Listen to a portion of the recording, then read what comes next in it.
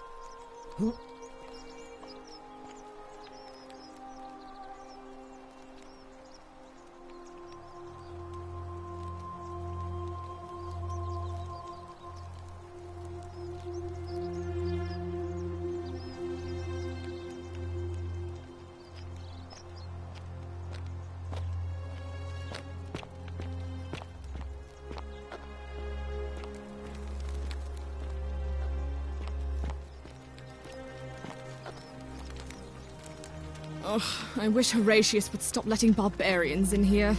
What do you want? You know, some people say it's the creation of an all-seeing god who's watching everything we do.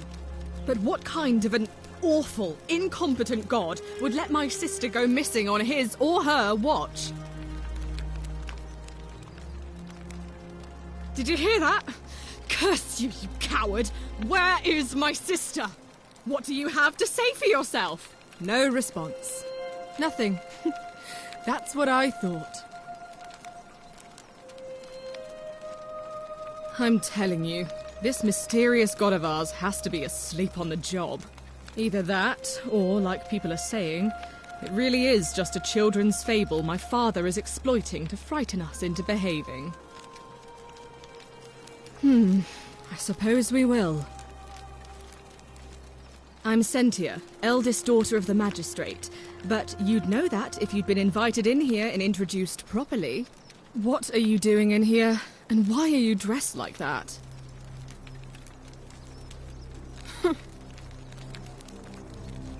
Ugh, what is it with you people? You heard the rumor that my little sister escaped and figure I must know a way out too. Is that it? Well, that's just a stupid rumor. We have no idea what happened to Scintilla. I wish you mouth breathers would just leave me alone. I don't know. Can you? Can you tell me how a person could have disappeared from a city with no exits and no crime? Was she snatched away by the Harpies? That doesn't surprise me. To him, it was like a prize cow wandering off from its paddock. He's upset, of course, but he says he's too busy with the election to help look for her. So he's letting Horatius do the heavy lifting. Some good that's done.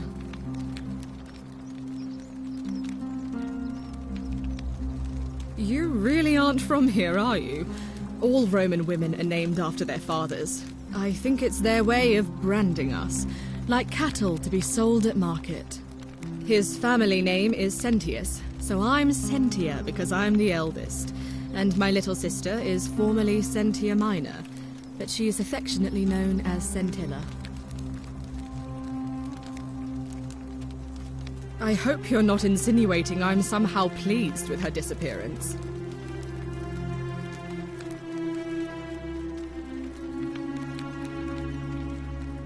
Ugh, you're awful. Get out of my villa and never speak to me again.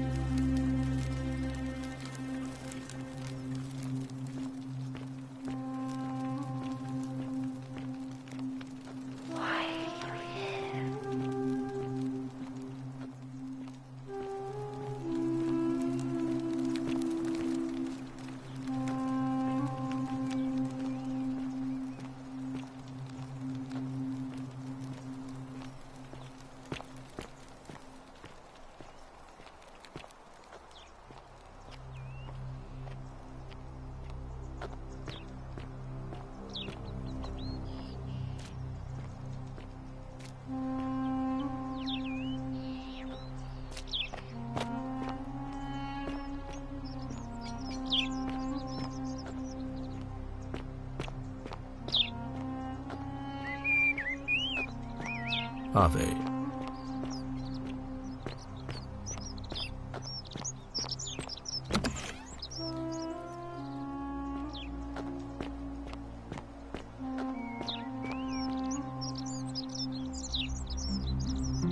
Ah, you've returned. Do you have any news about your investigation?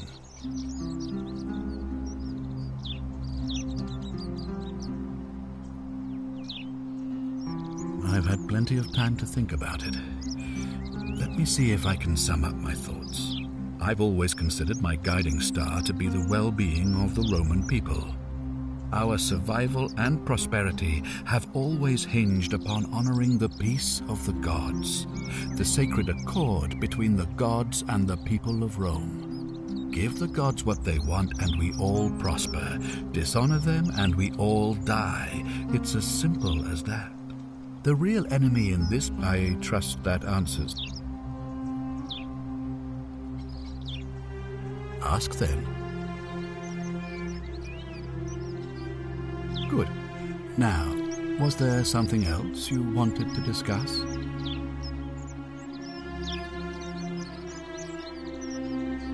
Of course. What is it? Why then did you say... It doesn't matter. It looks like you'll have to continue your investigation. Now, was there anything else? Thank you. I'll be waiting here.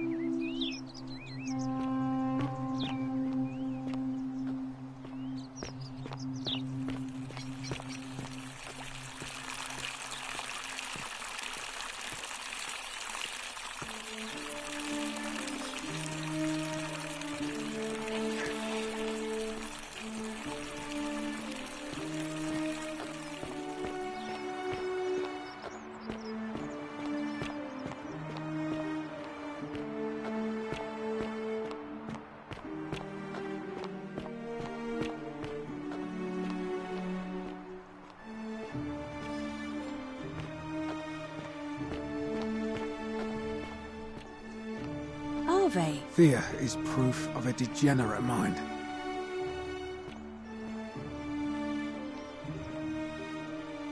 A new face. Arve, and may Vesta watch over you. I'm Equitia. To what do I owe the pleasure of this visit? It must be completed by dusk, just the same as any other official business. It'll be between Sentius, the incumbent, and Malleolus, the challenger. Why do you ask?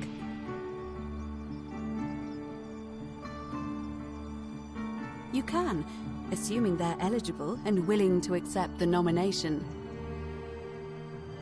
All of the male citizens who are willing and able to attend, unless they're running, of course.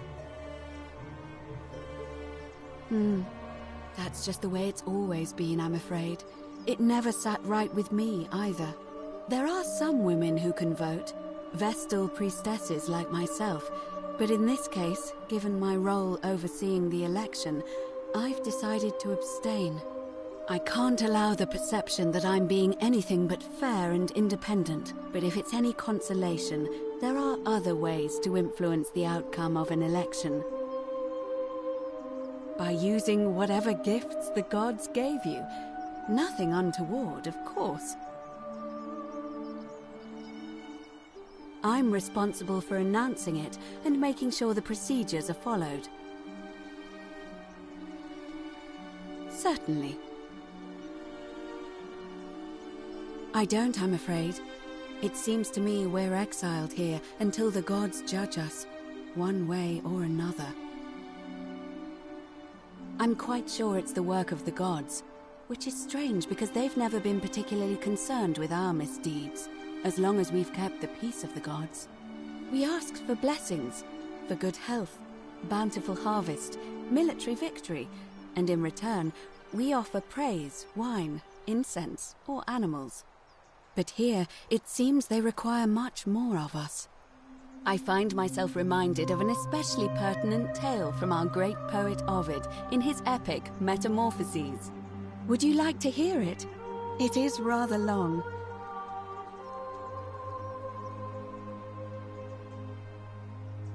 Wonderful. It goes like this. Baucis and Philemon were an old married couple living a humble life in a small town. One night, the town gets a visit from a couple of vagrants. They go from door to door, asking for a place to stay the night. Of course, being vagrants, they're turned away sharply from house after house, 1,000 in all, until finally they come to the little cottage where Baucis and Philemon lived.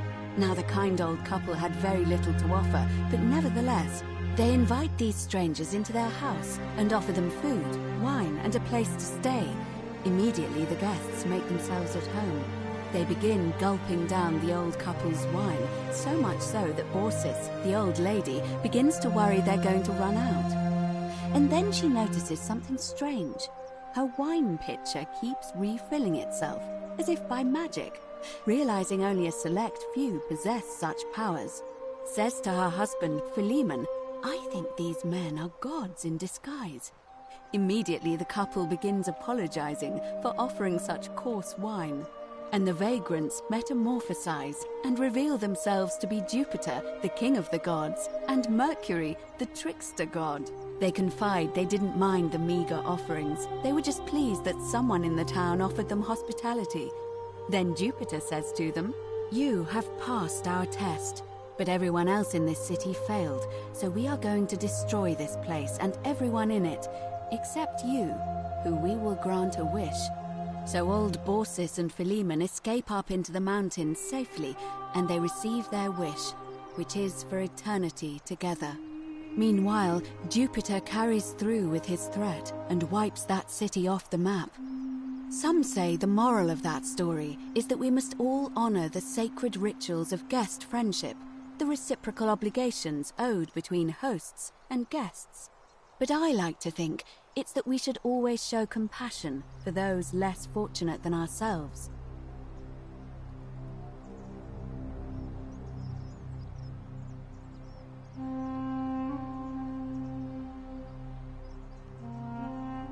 A cynic philosopher might take that view, but it's not entirely invalid, I suppose. Oh my, I take it people are quite direct where you're from. I suppose it's quite charming in its own way. Usually, however, you wouldn't simply march up to a Vestal priestess and without due formality or courtesy ask, "What is your story?" The proper approach would be to arrange an introduction through a mutual acquaintance in high office, by which time you would already know how to address me. And then you would find a way to satisfy your curiosity rather more indirectly. But to be honest, I've often thought what an unnecessarily formal way to communicate that is. So, let's do it your way. You just keep being yourself and ask whatever you like. It'll be a refreshing change.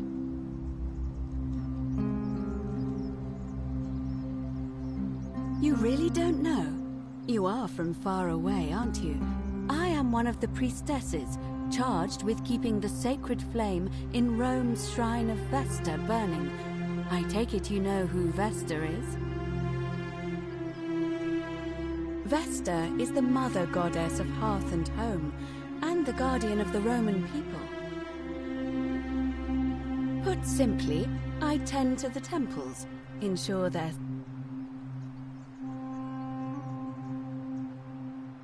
Why? So that we continue to honor our gods, invite their blessings, and not bring their wrath. It's vital that we... You know, I'm not entirely sure. But what about you? Karen, you say? And nothing about that name seemed odd to you?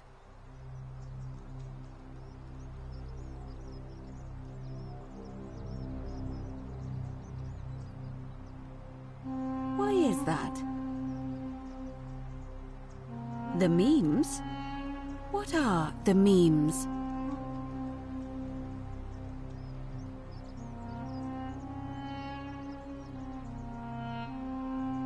So, a bit like Egyptian hieroglyphs, then?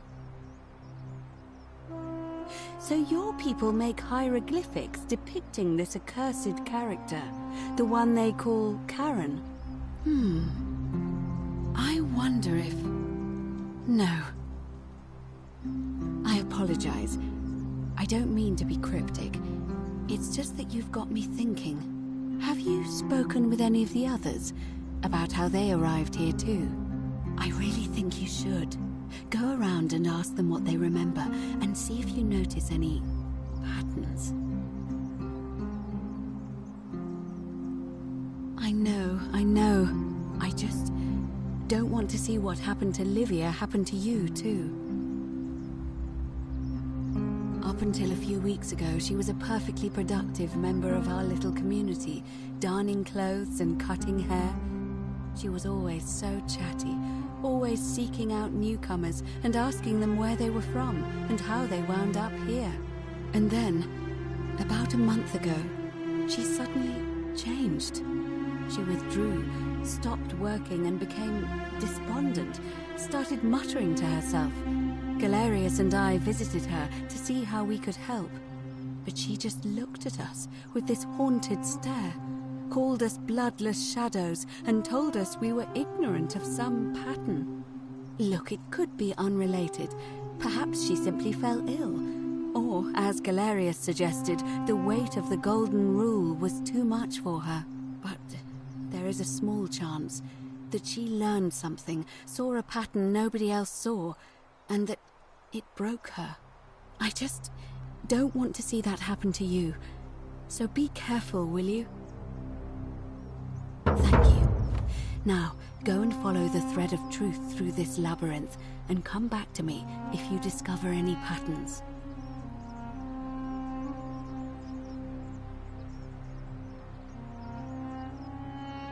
Come back to me once you've acquainted yourself with the rest of our neighbors.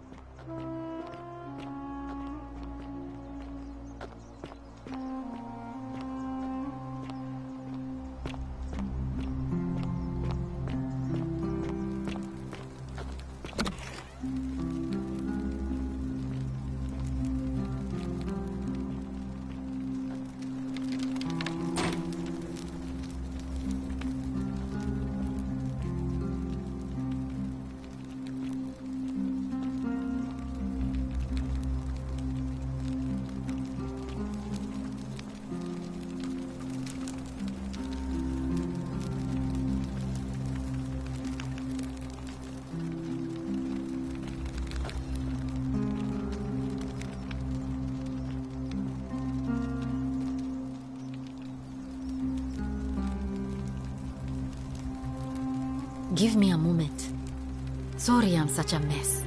I just lost a patient and a dear friend. Yulia. She was a good woman. No, now it's fine. I can't afford to wallow here. And I need the distraction. What's on your mind?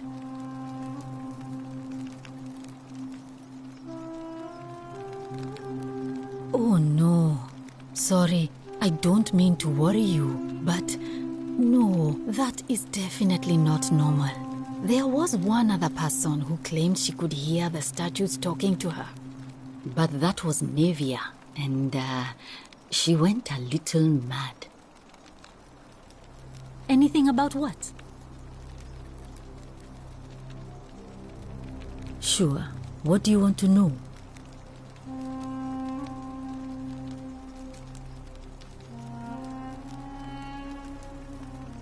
Do you really want to know? I mean, if somebody poisoned her, then surely they would have broken the golden rule, and so maybe it's best we don't discuss it.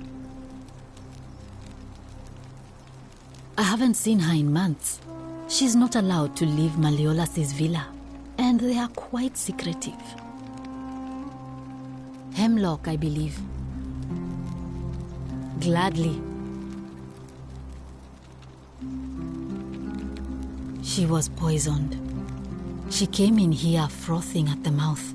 Normally I'd treat her with resin of silphium, a rare plant which is perfect, and I knew Decius had some at his market stall, right around the corner. So I ran over there, but he just looks at me with this evil smile and says, "That'll be 1,000 denarii." There was no way I could afford that, and he knew it. Then that toad shrugs and says, "Supply and demand. I guess you don't value your friend's life that highly." Anywhere else, I'd just pay a thug to steal it from his stall, but there's no way I can do that down here with the golden rule. So all I could do is come back here and just watch her die. I kept on apologizing, and now I'll never know who poisoned her, or how they managed to do it without breaking the golden rule, or why she cursed that snake's cruel black eyes with her dying breath. Well, unless you have the power to bring someone back from the dead, there's really just one thing you can do. Get me that silphium resin. I'm going to have another patient in here soon. Could be in the next day, or in the next hour. And I will not allow this to happen again. I don't care how you get it, but you have to make it happen. Because if I lose another patient this way, I swear to the gods below, not even the golden rule will stop me from marching up to that Genetricum Fututo and scratching his eyes out.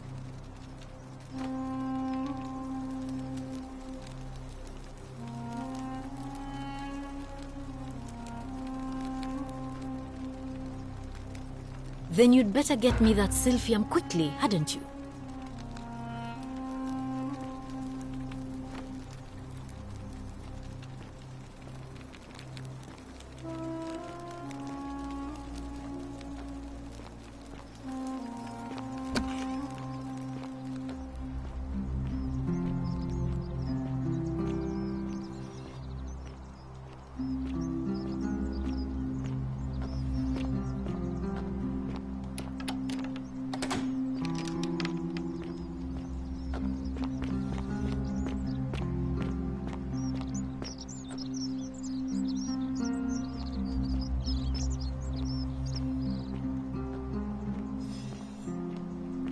Greetings and salutations.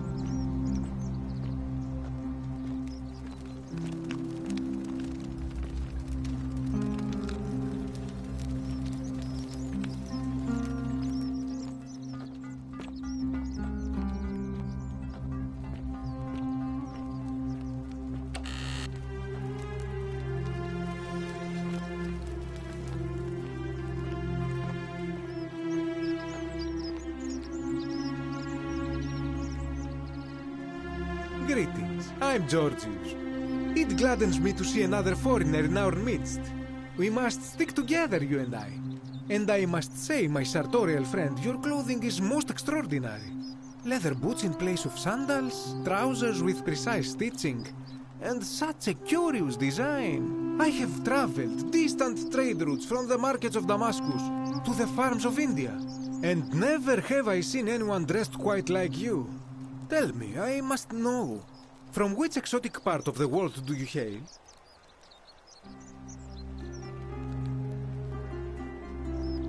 Then you are an explorer, like me.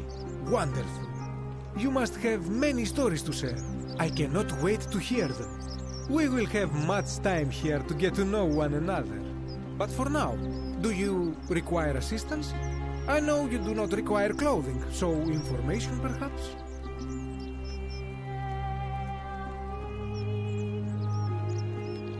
That, my friend, is quite the dilemma.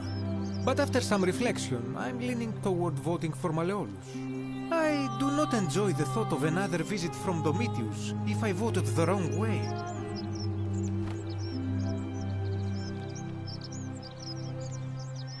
Nothing comes to my mind, my friend. Shh! Not so loud! What are you playing at?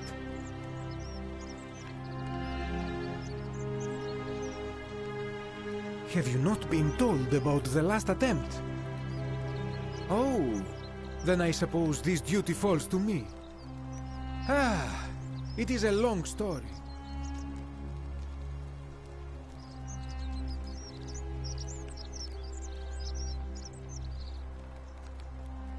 Of course, the first question any of us asks when we first arrive is, how do I escape? It is only natural after all. And scaling the chasm wall is out of the question, for it is simply too steep and too far. But as they say, if the wind fails, use the oars. And here the second option is to leave the way we came in, through the shaft above the bathhouse. See, the shaft is quite high, but if one gathered up enough wood, one could make a series of ladders and climb one's way out. They have. I am getting to that. There was an attempt, made by resourceful fellows who lived here some years ago. They even decided to keep records of their escape attempt for posterity. Unfortunately, as soon as they began to carry the first ladder down the hallway, they heard a godlike voice shake the entire city, and that, tragically, is where their tale ends. So it seems that to merely attempt escape is to invite the wrath of whichever god oversees this place, and so I say it is best to not even discuss it aloud. My story? How kind of you to ask. I am a tailor and I run the humble shop in the forum. A good question. A very good question indeed. And I would be happy to tell you if only I could remember it clearly myself.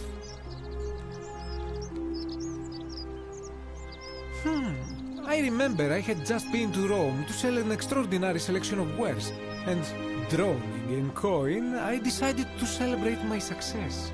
I rented a prestigious villa by the Tiber, invited over a few select friends, and we began making our way through some of the most exquisite wine money could buy. Quite a lot of it, in fact. Now, I have had visions and awoken in strange places before. I have even found myself naked in the desert sands more than once, but none of that compares to this. This time, I remember people screaming, then falling into a void as empty as time before creation, gasping for air, and then nothing. When I regained my faculties, I was lying naked by the banks of the Tiber, gods know how many miles from my villa.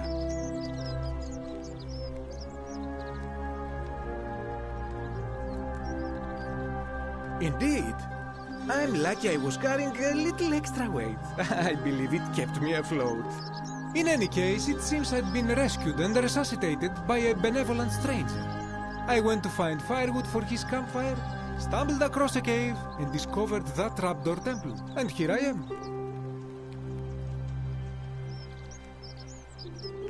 You mean to say, with all the turmoil and terror of the Golden Rule, and so few customers, why bother setting shop at all? I'll tell you, it is precisely because of the Golden Rule that I wish to remind my friends of the importance of looking one's best. I say, the more of our customs we preserve down here, the more we can preserve a semblance of normality, the better our chances of keeping our heads. Don't you agree?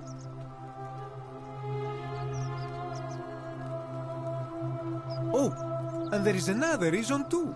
If we all end up as golden statues for future generations to marvel at, I don't know about you, but I would like to look my best. Anything you like. Ah, yes. The many shall suffer for... Have you not heard the tale of the god Hades? He was the first to learn this dreadful lesson when he abducted Persephone and imprisoned her in the underworld. When Demeter, the mother of Persephone, learned of this, she did not punish Hades, the guilty one. Instead, she changed the climate of Earth so that it became hot and dry. Nothing grew. The grain turned to empty husks and the rivers dried up. Innocent people died by the tens of thousands until at last the other gods were forced to act, lest they have no worshippers left. So yes, we know this rule. This has always been the case. The Golden Rule has merely brought it into focus. If we are to survive, I say we must each heed the simple wisdom of Thales of Miletus, first of the 7 sages of Greece, who said, "Avoid doing what you would blame others for doing."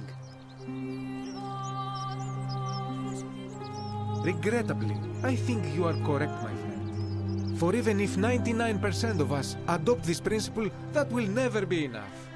Sadly, no matter how well we protect ourselves, the life's work of many good people can be undone in the blink of an eye by a single selfish act.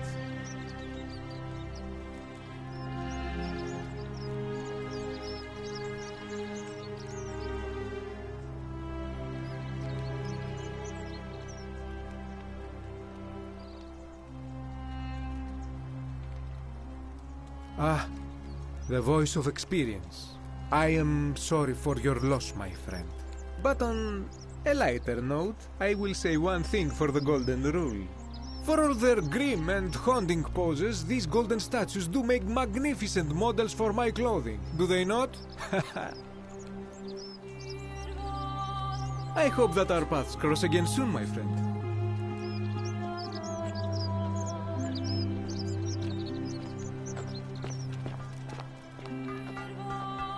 Salve.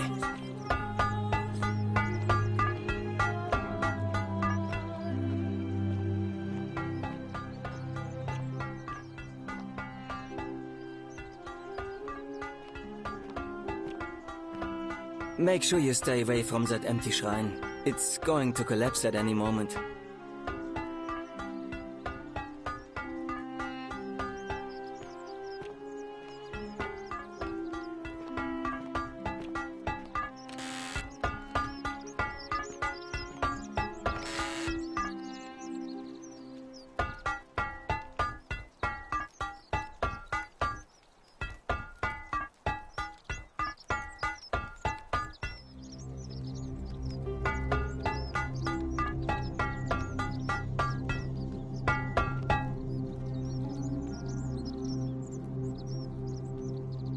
Ah, a new face. Salve, and welcome to a little community. My name's impossible to pronounce for most people, so you can just call me Virgil. You arrived on a sad day, friend. What with Julia's death?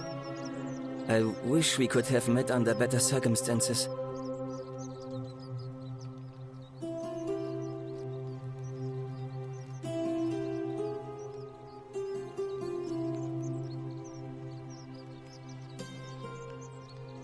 Look, I haven't done anything wrong, if that's what you're thinking. Somebody just has a problem with my preference for male company. Hey, nothing gets by you, huh? Sorry, that was mean. Yes, I like men. And when you grow up in the north, as I did, in the city of Noviomagus, you expect a bit of hostility. The Batavi are not known for their tolerance. I saw enough friends killed or driven away to know the cost of not keeping your personal affairs to yourself. So I hid who I was for, what was it, nearly 10 years? Watching what I said and where I looked. But that kind of fear eats away at you slowly, until living isn't any better than the thing you were afraid of. Needless to say, since I'm now living underground, halfway across the known world, with an assumed name, my openness didn't go down well among the enlightened folk of the Batavi.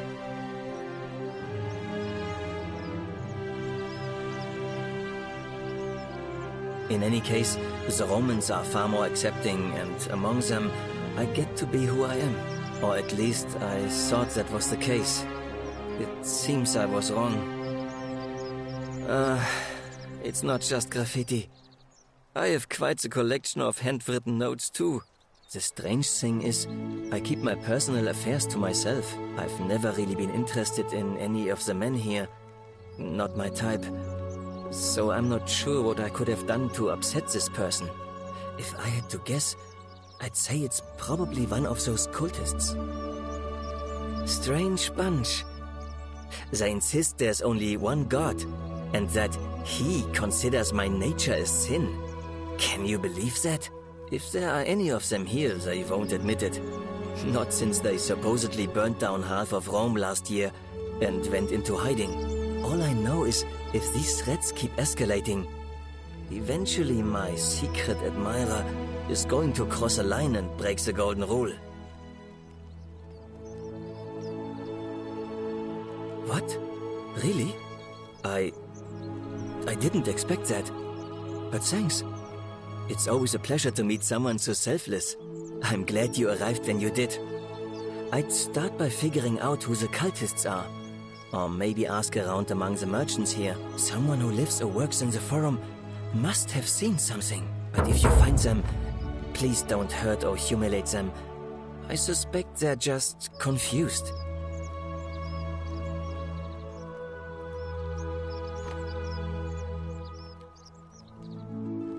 Well, I'm an architect. Or at least I was back in Rome. That's probably too grandiose a term to describe what I do here. Help out with repairs and try to stop old buildings from collapsing on people, that kind of thing. But you probably don't want to hear about the ingenious architecture or mysterious history of this place.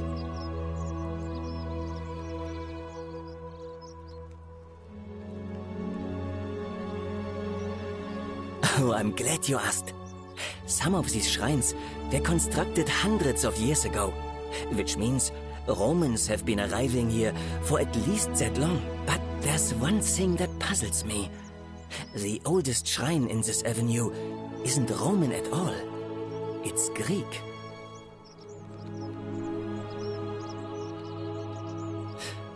Well, yes, that could be the reason. Or it could mean that there were Greeks living and worshipping here before the Romans arrived. Which begs the interesting question, who really built this place? And could it be far older than any of us imagine? If only there was a way we could talk to the people who came here before us. The stories they could tell. Gladly. Personally, my favorite thing about this place is the aqueducts. Those series of adjoining arches. They're an ingenious feat of Roman engineering with a very practical purpose. They take fresh water coming from outside the city and distribute it all across the chasm. It's funneled below the palace and into a cistern beneath the Great Temple. Some of it flows down into another cistern beneath the villas, and the rest is funneled to the shrine of Proserpina, where it fills the lake and allows us to fish and farm.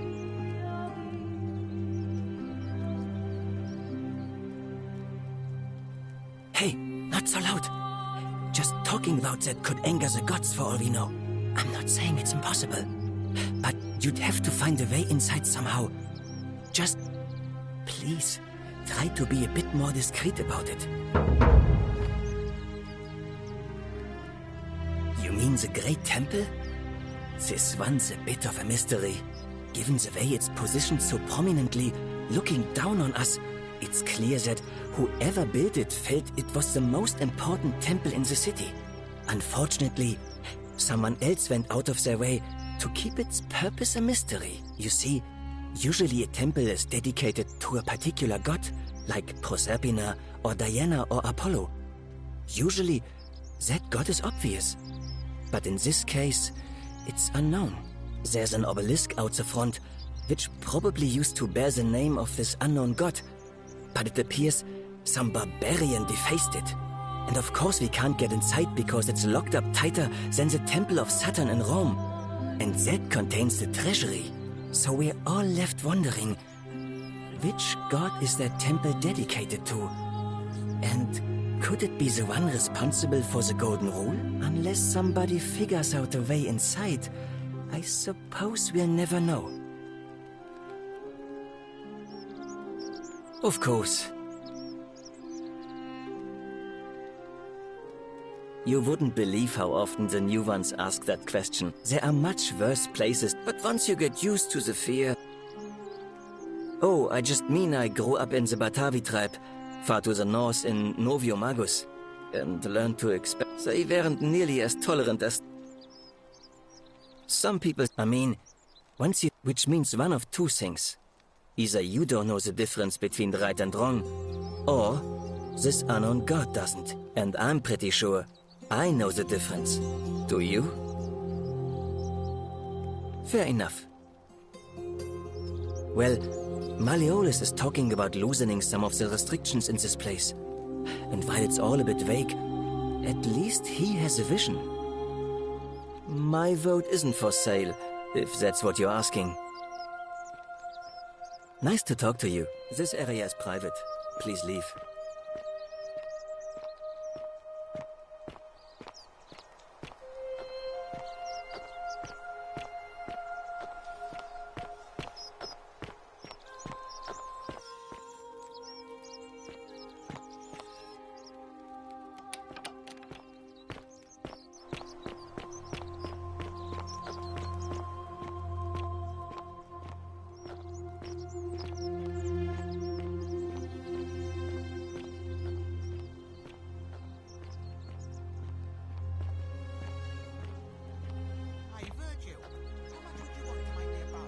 For the last time, Dacius, I'm not making you a bow.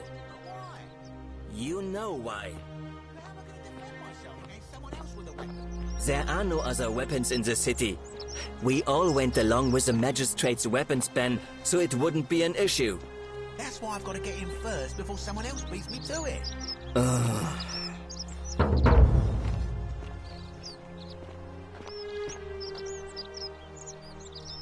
Salve, stranger, and welcome to our idyllic little slice of the Empire. I'm Dacius. Terrible shame what happened to Yulia, but we just have to carry on, don't we?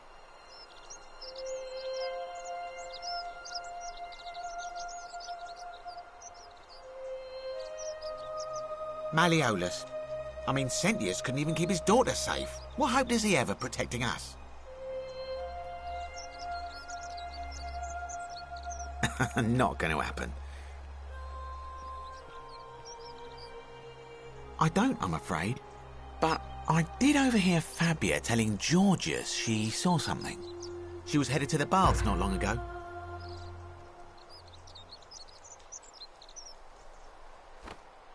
It's terrible for inflation is what it is. There's so much gold just lying around, it's practically worthless. At least down here. Of course, I have an idea for generating real wealth, but what I need is a bow. Just a simple composite bow. I've scoured this city from top to bottom with no luck. But if you happen to find one, bring it to me and we'll talk. Oh, well, technically yes, but that just means you'll need to be a little discreet.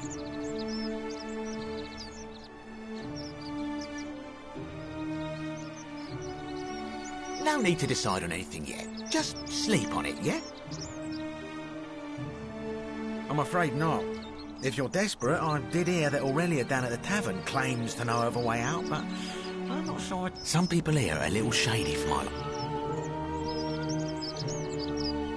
Oh yeah, gotta watch out. Old Dacius has got your back, though. You mean, how did I end up here? That is a lengthy tale. All right. Well, you see, I'm in the business of procuring rare and precious objects liberated from the enemies of Rome. Mostly sculptures, vases, the occasional slave, fetch a magnificent price in Roman high society. Had myself a nice little shop in Rome, just off the Forum. Lots of foot traffic and close to the docks. Good place to be when the fires broke out. See, about 7 months ago, half of Rome caught on fire. Everyone who couldn't get to an outer gate was running for the river, open to escape by barge. So I gathered my coins and some priceless vases into a cart and had my most loyal slave girl, pretty young thing named Acantha, push it for me. All the way down to the river, I'm elbowing for a stampede of people, turning back now and then to make sure she hasn't legged it with my valuables. But, to my surprise, we make it, and I see this barge loading up, and it's so full it's almost sinking. But the captain's happy to take my coin, so I start boarding, and then he puts his hand on my chest and he says, "No, too heavy. The cart or the girl." So I did what anyone would have done. Of course I chose the cart. I mean, I can always buy a new slave girl if I still have my money. So I put my hand on the cart, and I guess she realised what was happening because those pretty black eyes of hers go all wide. And in one swift motion, she topples the whole bloody thing into the Tiber.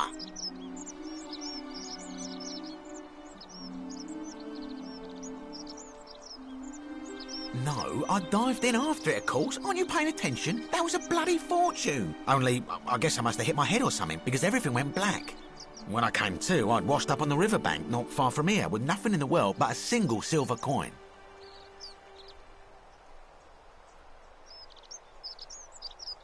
Thank you, friend. But it turns out it might have been a stroke of good fortune, because this place is a veritable treasure trove. Look around you. There must be more gold in here than in the treasury of Rome. If I can just figure out how to get it out of here. Certainly. All I ask is a reasonable price of 1,000 denarii.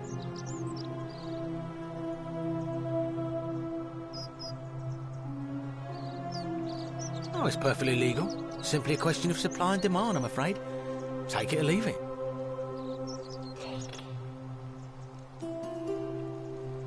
Hear what?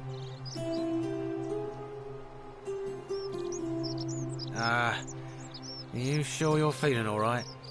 If you're hearing things, perhaps you should pay a visit to Lucretia's clinic. We don't want another Navier on our hands. She claimed the statues were whispering to her. Nobody else could hear it. Then she shut herself in the palace and we never heard from her again. But I digress. Do you want this Silphium or not? That's hardly my concern. But if you get a job, work hard and save your coins, you should be able to afford it within, say, 5 years?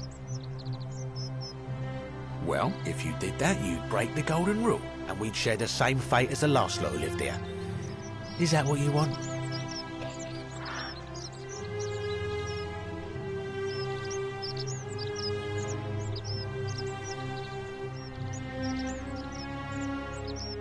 Do you think I don't know a bluff when I see one? Nice try. Very well. Perhaps I can interest you in something within your budget?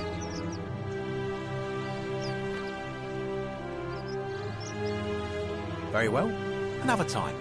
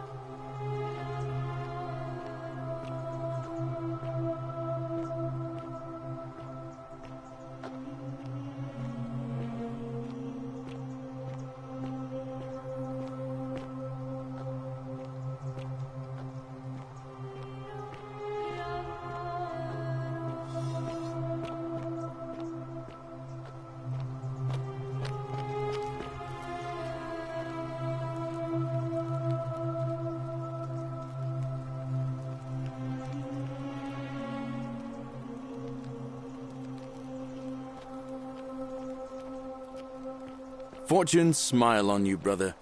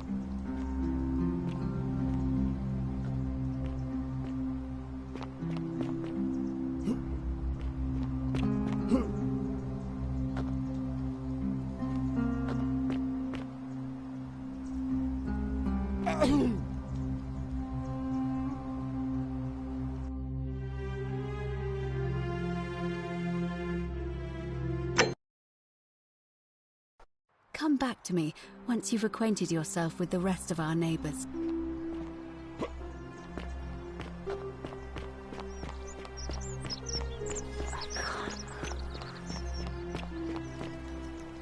Help! You have to do something! A man arrived in the baths. A real nasty sort, with his face all covered up. And he's got a weapon. You have to do something, or he's going to break the golden rule.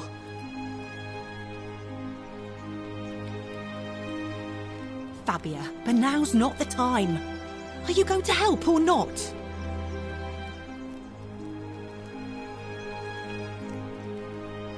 Thank you. He's still in there, somewhere. I have to hide.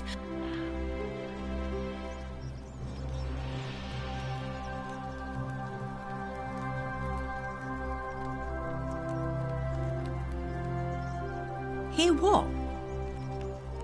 What? We don't have time for this. Ugh.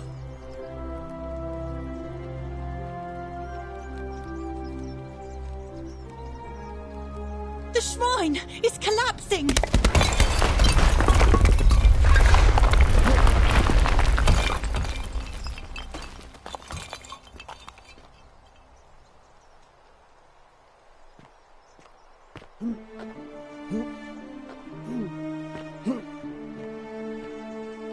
Fabia, no! Oh God, she's dead! Did anyone see that? The whole shrine just collapsed on her! Oh, Fabia, why did you have to go in there? Poor sweet girl!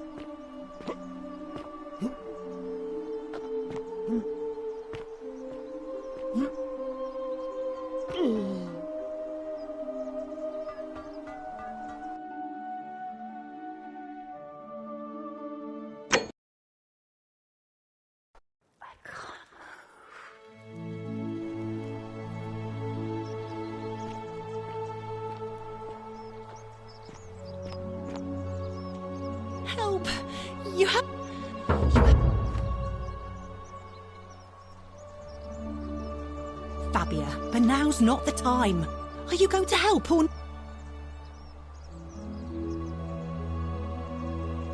Are you daft or just callous?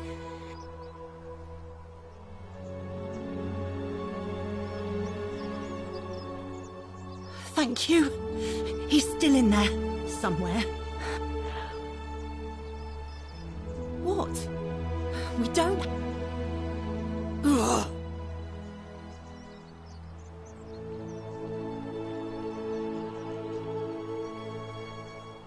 The shrine is...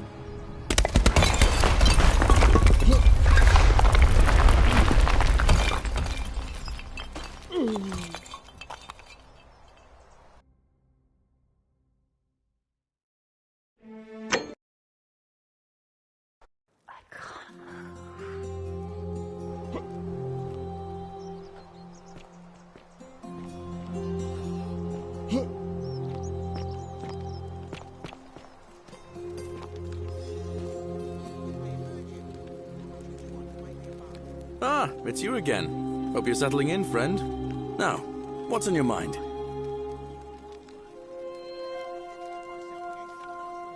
Well, it's a long one, and kind of sad, but I don't mind telling it. I'm a farmer. Always have been. I grew up in a small village in Britannia, Camulodunum, with my parents and 2 little sisters. Lovely part of the world. One day, when I was about 20, my father and I were in the top paddock, loading our cart, when some Roman legionaries came along, demanding produce for their men. My father told me to run into the house for his axe, and so I did.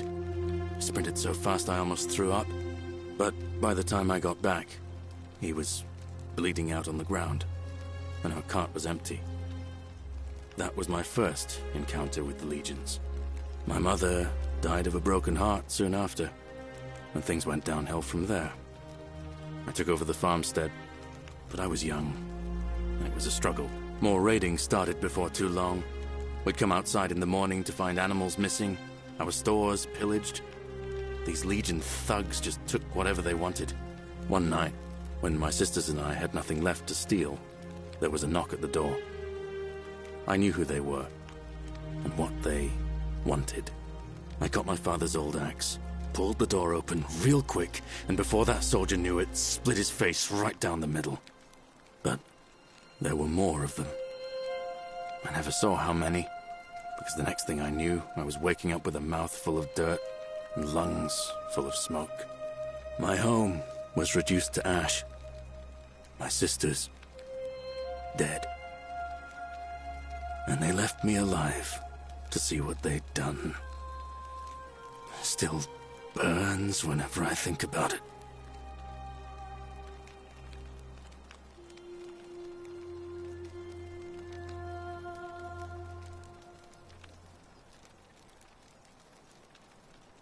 Yeah, well, I wasn't the only one this happened to. It wasn't long before Boudica led thousands of Britons in a rebellion against the Romans. Unfortunately, there were just too many of them. And those of us who survived, they enslaved.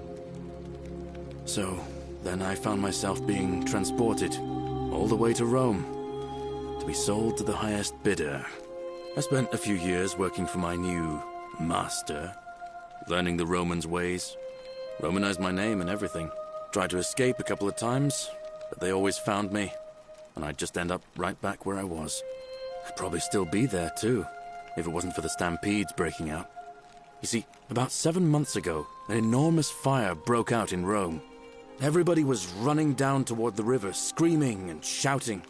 I'd never seen anything like it. Human beings acting like cattle. I got swept up with them somehow, and the rest is a blur. The next thing I knew, some stranger was dragging me out of a river. Stumbled across this place, and I started my life over again.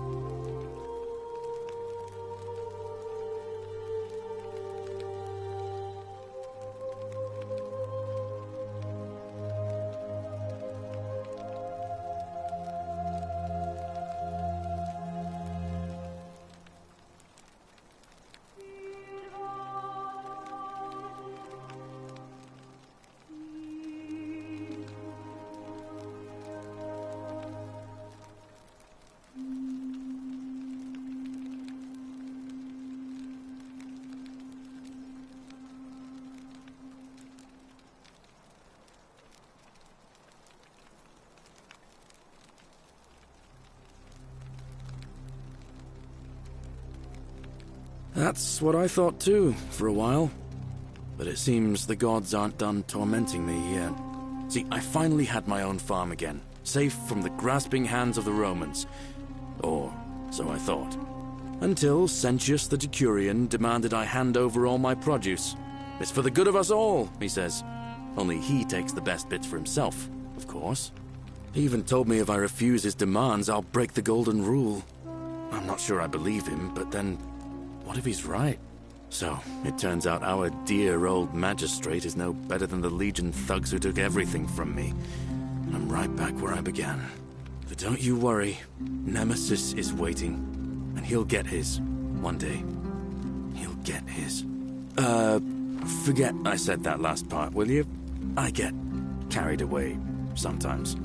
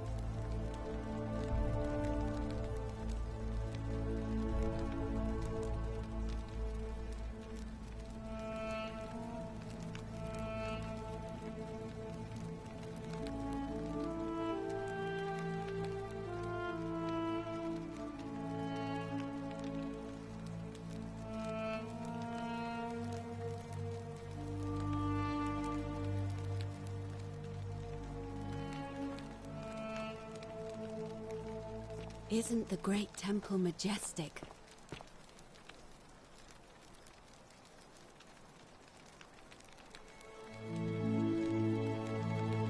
Thanks, friend.